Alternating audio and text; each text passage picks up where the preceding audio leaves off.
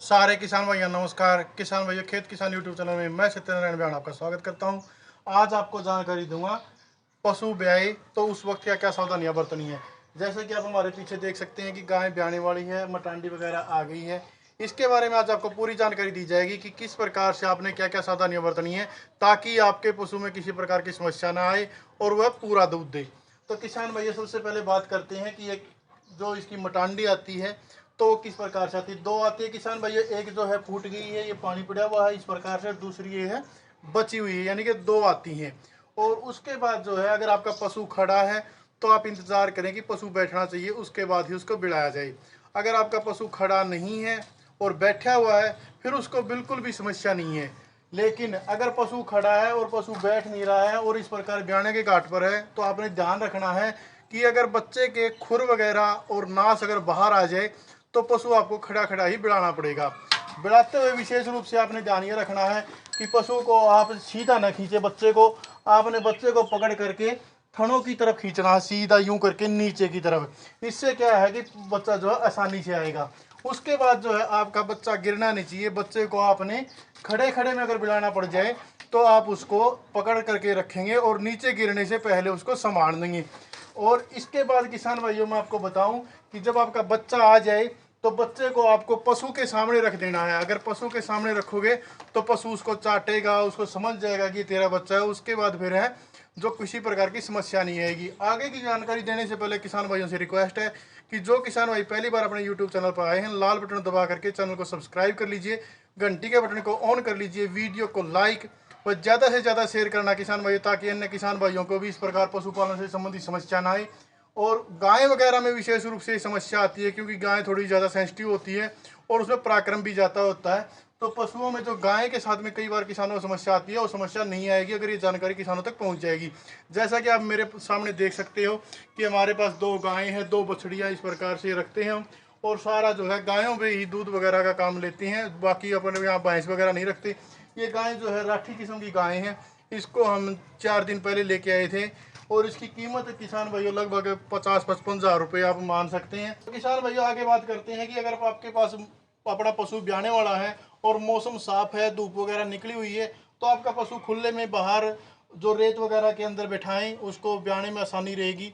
और अगर मौसम ख़राब है या सर्दी का मौसम है तो अपने पशु को अंदर रखें और पशु के नीचे जो है सूखा वगैरह करके रखें ताकि पशु आसानी से बैठ सके।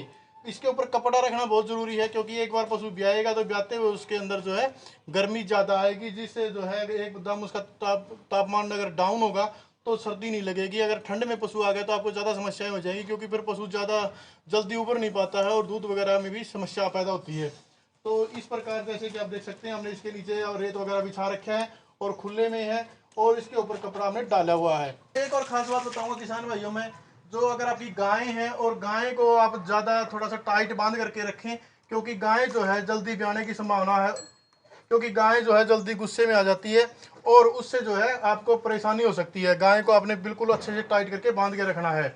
इसके साथ में मैं ये और बताऊं कि बच्चों को उससे दूर रखें क्योंकि गुस्से में आकर के बच्चों को चोट मार सकती है तथा कुत्ते वगैरह उसके पास ना फटकने पड़े, इस बात का आपने विशेष ध्यान रखना है। किसान भाइयों इसमें विशेष बात ये भी ध्यान रखनी है आपने, अगर गाय या पशु आपके पास नया है तो आप उससे थोड़ा सा दूर रहें। अगर जैसे ही आप दूर रहेंगे तो यह जो है जल्दी बैठ जाएगी। तो आइए किसान भाई थोड़ा दूर चलते हैं। ये देखिए किसान भाई हम थोड़ा सा दूर क्या है गई, गाय बैठ गई है और बैठ करके उसने जोर लगाना भी शुरू कर दिया है। ये बच्चे के पैर बाहर आ गए हैं। अभी हम इंतज़ार करेंगे इसके पैरों का और पैरों के साथ में जब नास भी बाहर आ जाएगी तब हम इसके पास जाएंगे क्योंकि इसके पास हम पहले गए थे। जैसे ही पैर बाहर आए हम इसके पास गए, ये खड़ी होगी। लेकिन अब जो है इसकी नास बाहर आएगी ना, फिर उसके बाद चाहे खड़ी भी हो जाए तो हम बच्चे को खींच लेंगे। या क्या है कि खड़े होने के बाद ये पैर अंदर चले जाते हैं। तो आप जब बच्चे की जब तक नास बाहर ना आए तब तक आप उसके साथ छेड़खानी न करें क्योंकि पशु अपने आप जोर लगाएगा तभी बात बनेगी। अगर आपका पशु आपसे सहंदा है यानी कि आपसे डरता नहीं है तो आप इतने पैर आने के बाद भी खींच सकते हैं, इसमें फिर कोई परेशानी नहीं होती। अब मैं आपको ये बताना चाहूँगा कि जैसे आपका पशु ब्याह जाए तो ब्याने के दौरान आपने उसके पैर पकड़ करके खींचने हैं। पैर जो है सीधा आपने थनों की तरफ खींचने हैं, न कि सीधे खींचने हैं। थनों की तरफ खींचते हुए जाएंगे तो आपका पशु आसानी से ब्याएगा। और आसानी से ब्याने के बाद किसान भाइयों, इसके अंदर ये और ख़ास बात है कि उसको किसी प्रकार का जोर नहीं पड़ेगा। जैसे ही पशु का जो बच्चा है वो बाहर आ जाए तो बाहर आने के बाद आप उसकी नाड़ है जो काट देंगे। अच्छा हो कि आप बिल्कुल ताज़ा ब्लेड रखें और ताज़े ब्लेड से उसकी नाड़ काटें। नाड़ काटने के बाद आप उसके ऊपर धागा वगैरह बांध दें। मैं आपको दिखाऊंगा, धागा भी हमने बांध दिए रखा है, वो भी मैं आपको दिखाऊंगा।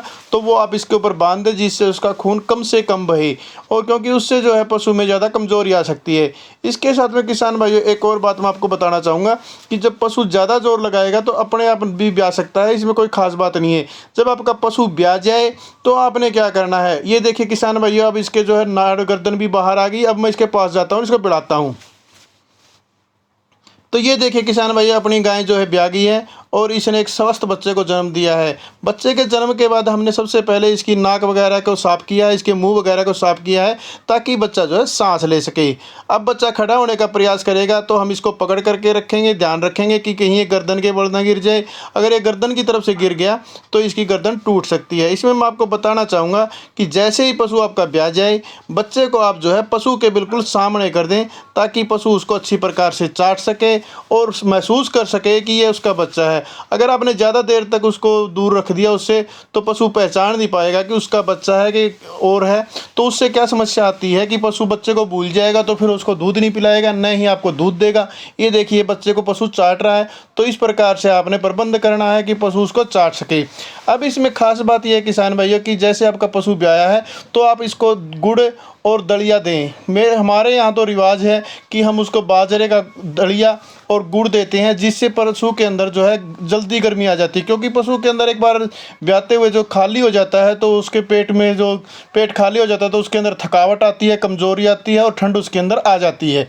तो आप उसको जो है गुड़ और दलिया दें, या फिर आप उसके जो है ओंटी करके भी पिला सकते हैं।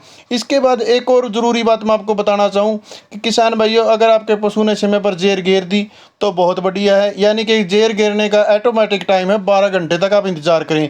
उसके बाद भी अगर आप पशु जेर नहीं घेरता है तो जेर आउट नाम का एक दवाई आती है, आप वो दे सकते हैं। भी आपका पशु 24 घंटे तक भी जेर नहीं घेरता है तो आप उसको जो है जेर आउट दवाई के साथ में डॉक्टर को बुलाएं और उसको बाहर निकालें, नहीं तो उसको जहर बनना शुरू हो जाएगा।